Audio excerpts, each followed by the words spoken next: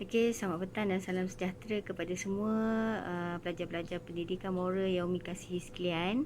Apa khabar semua? Umi doakan semoga semuanya berada dalam keadaan sihat sejahtera, bersemangat, bertenaga dan sentiasa positif dalam apa sahaja apa yang kita lalui pada hari-hari yang mendatang. Okey. Jadi pada minggu ni kita dah masuk minggu yang ke-16, yang mana pada minggu ni kita masuk tajuk patriotisme, ya. Okey, biasa dengar kan patriotisme kan, dan kamu sendiri faham dan tahu apa yang dimaksudkan dengan patriotisme tu, ya. Tapi hari ni kita bukan sahaja nak membicarakan tentang maksud patriotisme tu, tetapi sebenarnya lebih kepada bagaimana untuk kita menghayati patriotisme tu, ya.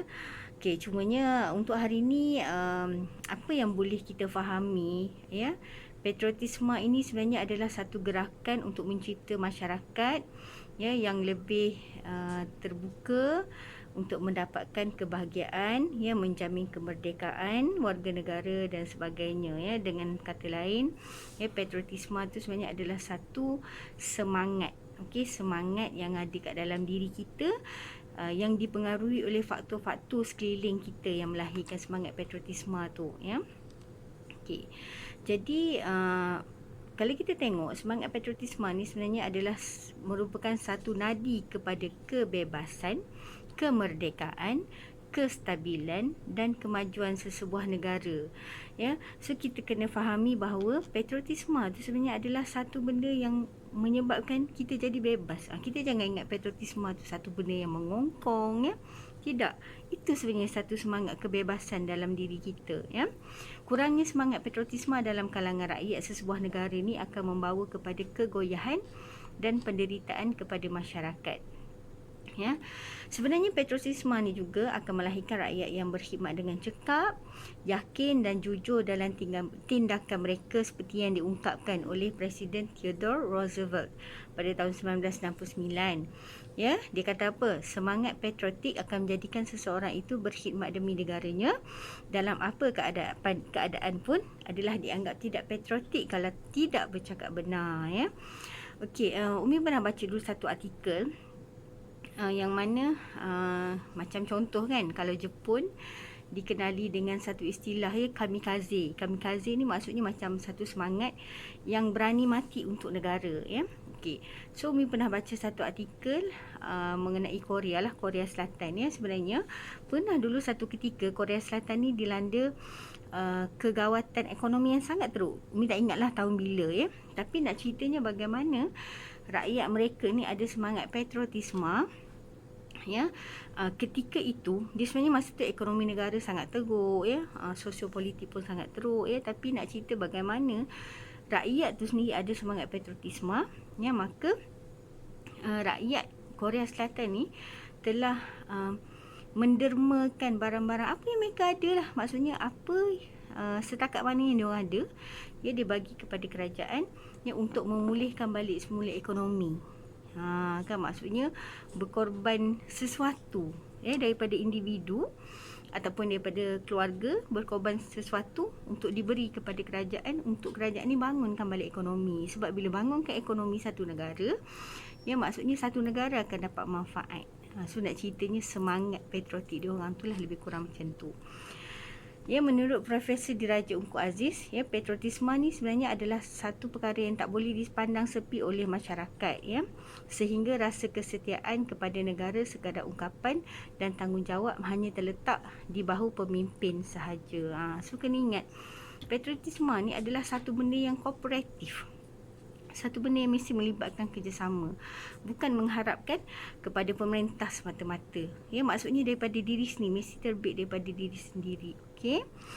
Dan tanpa patriotisme ini akan memusnahkan dan menghancurkan negara, bukan sebab diserang oleh musuh, ya, tetapi sebab kegagalan rakyat itu sendiri untuk menunaikan tanggungjawab kepada negaranya, ya. Okey.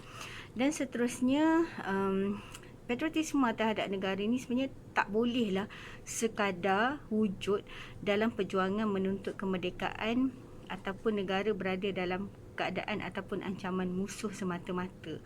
Ya, sebenarnya dalam keadaan yang aman sekalipun kita kena ada semangat patriotisme itu, supaya benda ini menjadi satu pendorong pada setiap rakyat yang ciptakan negaranya untuk bekerja dan berusaha sungguh-sungguh untuk membangunkan dan memajukan negaranya. Sebagai contoh, walaupun kita mungkin ada berbeza ideologi, berbeza agama, berbeza budaya, berbeza parti politik, tapi kita tak boleh menjadikan benda ni satu alasan untuk kita tidak sama-sama sayang dan cinta kepada negara kita. Okey, semangat patriotisme ni sepatutnya mesti ada kepada semua lapisan masyarakat, tak kiralah siapa.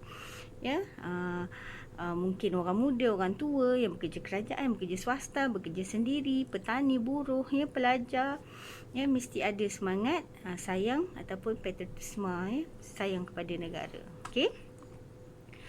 Okey, dan seterusnya, semangat patriotisme ni sendiri sebenarnya akan menghalang rakyat Malaysia daripada bersikap prejudis terhadap mana-mana kaum ataupun agama ataupun ideologi politik dan sebagainya. Dalam erti kata lain, sebenarnya orang yang ada sifat patriotisme ni akan meletakkan kepentingan negara tu melebihi daripada kepentingan peribadi ataupun kepentingan kaum masing-masing. Okey? Setakat ni jelas? Okey. Dan patriotisme ni sebenarnya adalah satu gagasan pembinaan negara bangsa yang sangat besar. Sebab dia bukan saja semangat ataupun isu politik yang boleh dijadikan gimmick, tapi patriotisme ni melibatkan seluruh individu dalam masyarakat. Okey. Sebagai contoh, sekarang ni kita berada dalam satu zaman pandemik kan. Sekarang ni kalau kita tengok ramai orang yang hilang pekerjaan, yang hilang sumber pendapatan, pembelajaran pun kita terpaksa tangguhkan secara atas talian, sekarang ni secara atas talian sepenuhnya kan. So kita boleh tengok ramai di antara kita yang terjejas akibat pandemik ni. Tapi sekarang ni kita dah mula balik untuk menggerakkan balik semula ekonomi kita kan.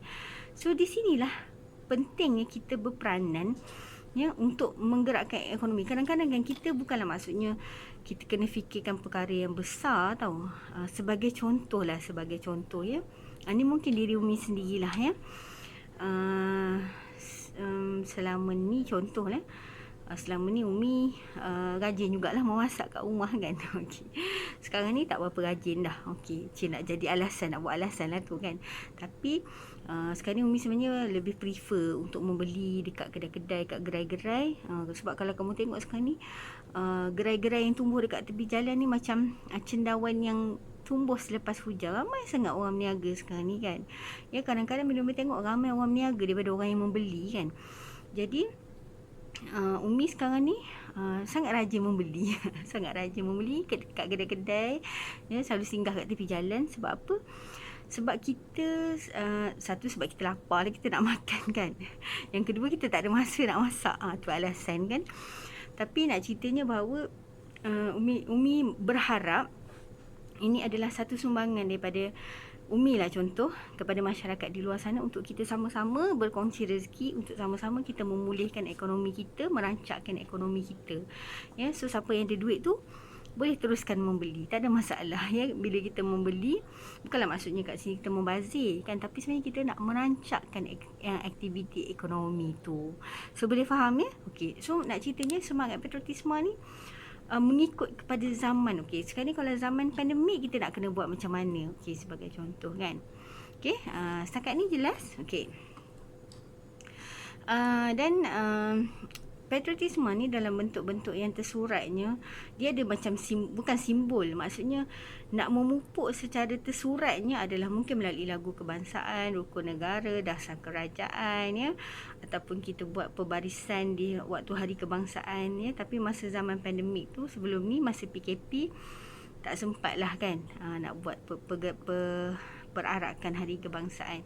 Tapi itu bukan, maksudnya itu bukan satu benda yang akan melemahkan semangat patriotik kita Walaupun mungkin penghayatan kita berbeza, tapi pada umumnya yang penting bagaimana kita untuk merujukkan perasaan cinta kepada negara dan kesanggupan kita untuk menaikkan imej dan kesanggupan kita untuk memulihkan negara kita.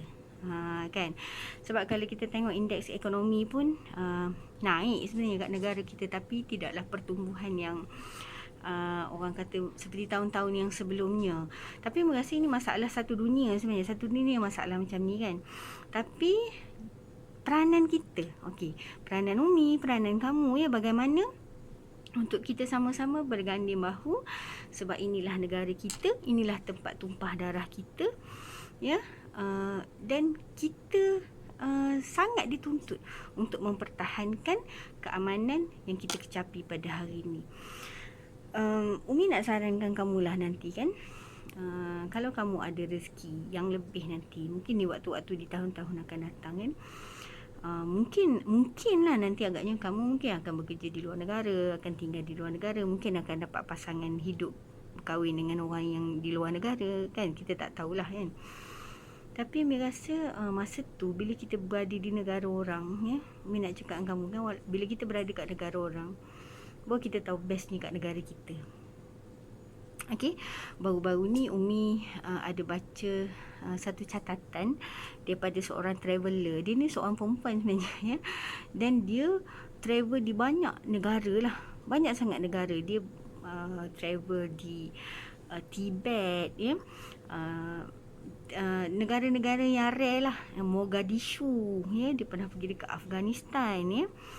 So dia nak cerita bagaimana bila dia berada kat negara maju ataupun negara yang mungkin negara yang sedang membangun, perasaan dia terhadap negara kita tu tetap lain. Maksudnya kan, walaupun contohlah kalau dia travel kat negara maju pun, dia kata walaupun kita tengok negara tempat yang dia travel tu negara maju, tapi dia rasa dalam hati dia tu Malaysia lah tetap tempat tumpah darah dia. Malaysia lah tetap di hati dia. So nanti kalau ada rezeki nanti boleh travel, so nanti kamu akan rasa perasaan kamu bagaimana bila kamu duduk lama-lama dekat luar negara lah, contoh kan. Kamu akan rasa rindu sangat dengan Malaysia, seronok sangat dengan Malaysia, dan baru kita faham betapa nikmatnya keamanan yang kita dapat pada hari ini. So percayalah, Jadi, untuk tugasan kamu pada minggu ni, Umi nak kamu huraikan bagaimana diri kamu sendiri ataupun keluarga kamu menghayati patriotisme ni. Boleh kongsikan nanti dekat komen. Jadi Umi rasa itu saja kuliah kita pada minggu ni. Moga bermanfaat untuk kita semua dalam meletakkan ataupun menanamkan semangat patriotisme dalam diri kita, ya, supaya kita menjadi warga negara yang terbaik. Jumpa lagi. Sekian.